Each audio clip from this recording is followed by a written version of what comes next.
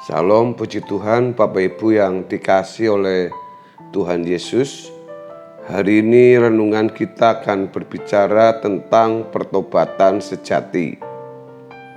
Bapak Ibu, untuk mengawali renungan kita, saya akan bacakan di dalam Lukas pasal yang ke-22 ayat 28 sampai 30. Kamulah yang ditetapkan tinggal bersama-sama dengan aku dan segala pencobaan yang aku alami.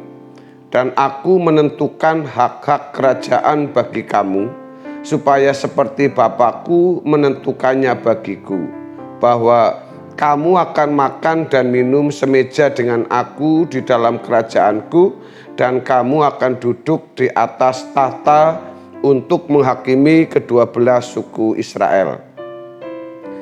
Saudara yang dikasihi oleh Tuhan Yesus, suatu hari nanti ketika seseorang berada di ujung maut, di mana ia tinggal memiliki sedikit lagi waktu untuk hidup, biasanya ada di ruang ICU atau di ICCU, dan dalam keadaan sekarat, barulah ia menghargai betapa berharganya hidup ini.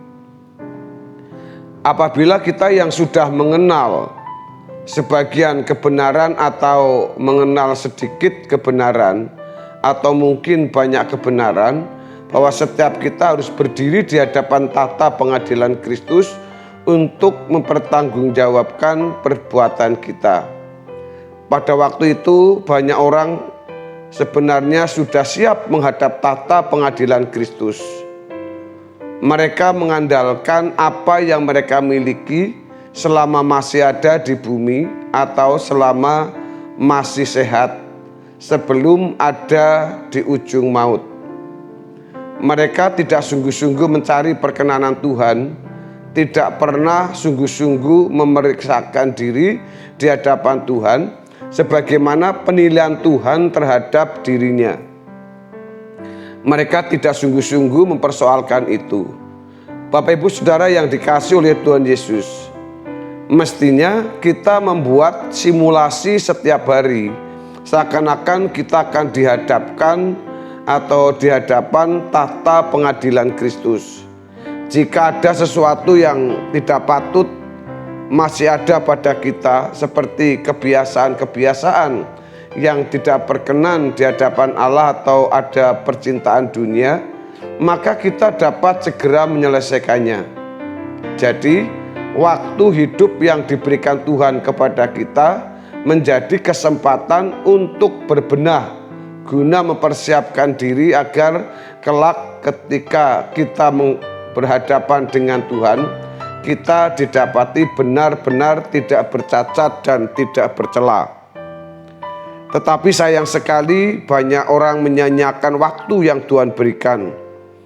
Fokus hidupnya ditujukan pada banyak hal yang tidak terkait atau tidak berdampak positif untuk kehidupan rohaninya.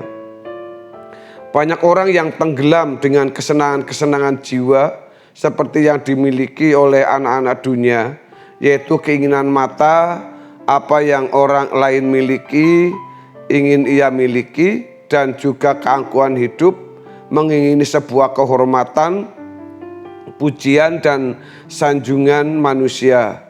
Yang dicari oleh manusia inilah tentang nilai diri. Itu satu hal yang biasa dilakukan oleh semua orang. Tetapi yang mestinya kita lakukan adalah bagaimana kita dengan sungguh-sungguh membenahi diri agar kita benar-benar didapati Tuhan, tidak bercacat dan tidak bercela. Saudaraku, sejatinya fokus hidup kita hanya untuk hal ini saja, lebih dari segala hidup atau fokus hidup lainnya. Bahkan mestinya ini menjadi agenda kita satu-satunya. Ketika seseorang ada di ujung maut, biasanya orang baru sadar betapa berharganya 1 menit, 1 jam, 1 hari waktu dalam hidupnya. Sebab untuk membenahi diri, seseorang membutuhkan waktu tertentu atau stadium tertentu. Masalahnya, ada orang-orang yang tidak sanggup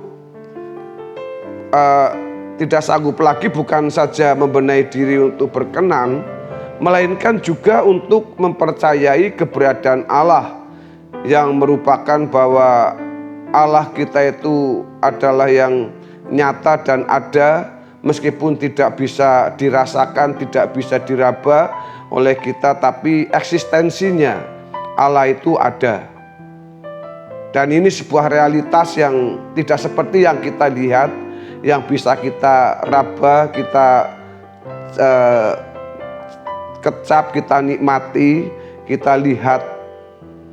Ia tidak sanggup, orang-orang seperti ini tidak sanggup untuk percaya bahwa Allah itu ada. Dan memang barangkali di ujung maut pun, ya, Allah yang begitu nyata dalam kehidupan kita itu, mungkin Allah tidak lagi menyertai dia, karena selama hidupnya ia juga tidak pernah menyertai Tuhan, tidak menyertai pekerjaannya, tidak belajar kebenaran yang dalam pembahasan ini kita istilahkan tidak menyertai Tuhan.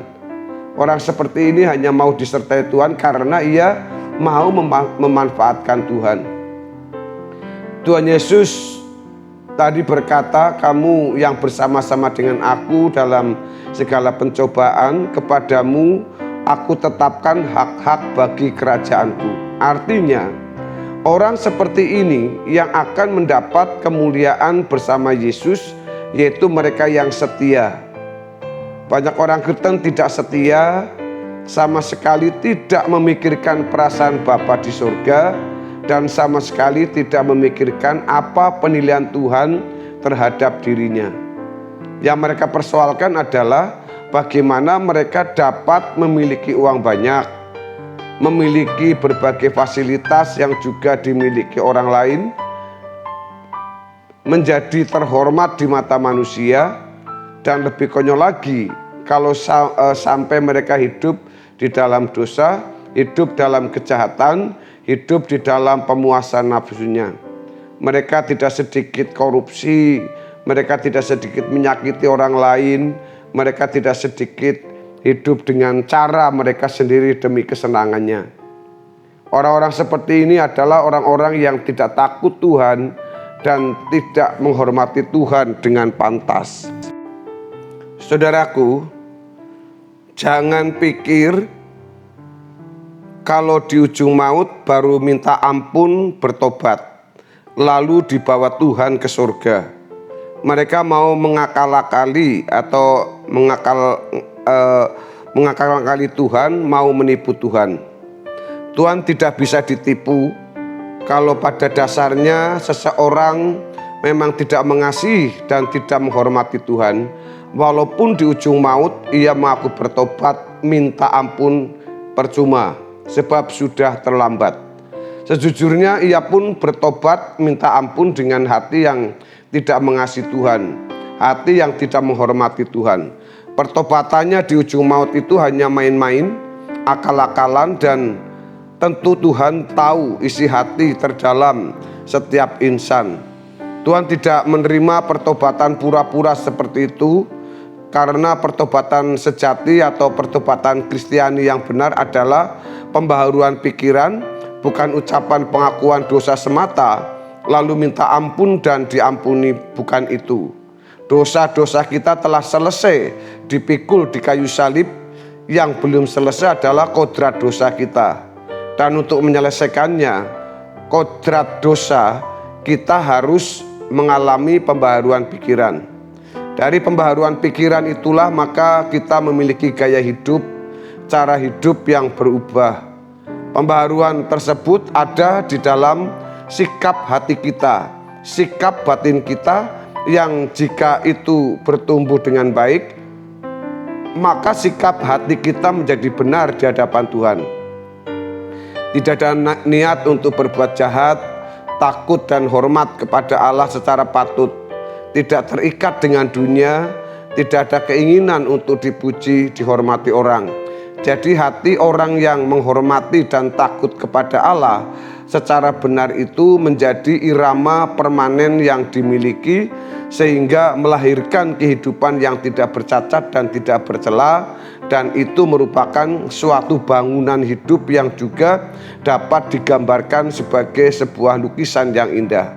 Kalau di ujung maut seseorang baru minta ampun karena menyadari bahwa lukisan hidupnya buruk dan berharap dalam seketika dia bisa membuat lukisan hidupnya bagus, itu jelas suatu kebohongan. Oleh sebab itu, kita harus dari jauh-jauh hari berkemas-kemas dengan bergairah membenahi diri untuk menjadi seorang yang berkenan di hadapan Allah. Saudaraku, kiranya kebenaran firman Tuhan hari ini memberkati kita semua. Haleluya. Amin.